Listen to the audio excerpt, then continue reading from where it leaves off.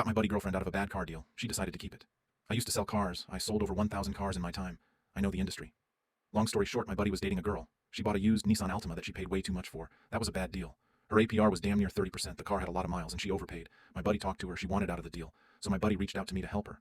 So I looked into her paperwork. I knew going to the dealer and just being like, I'm too poor to pay for this, wasn't going to work. So I found where the dealer misrepresented her income on her finance application. This is fraud. I was expecting to find this.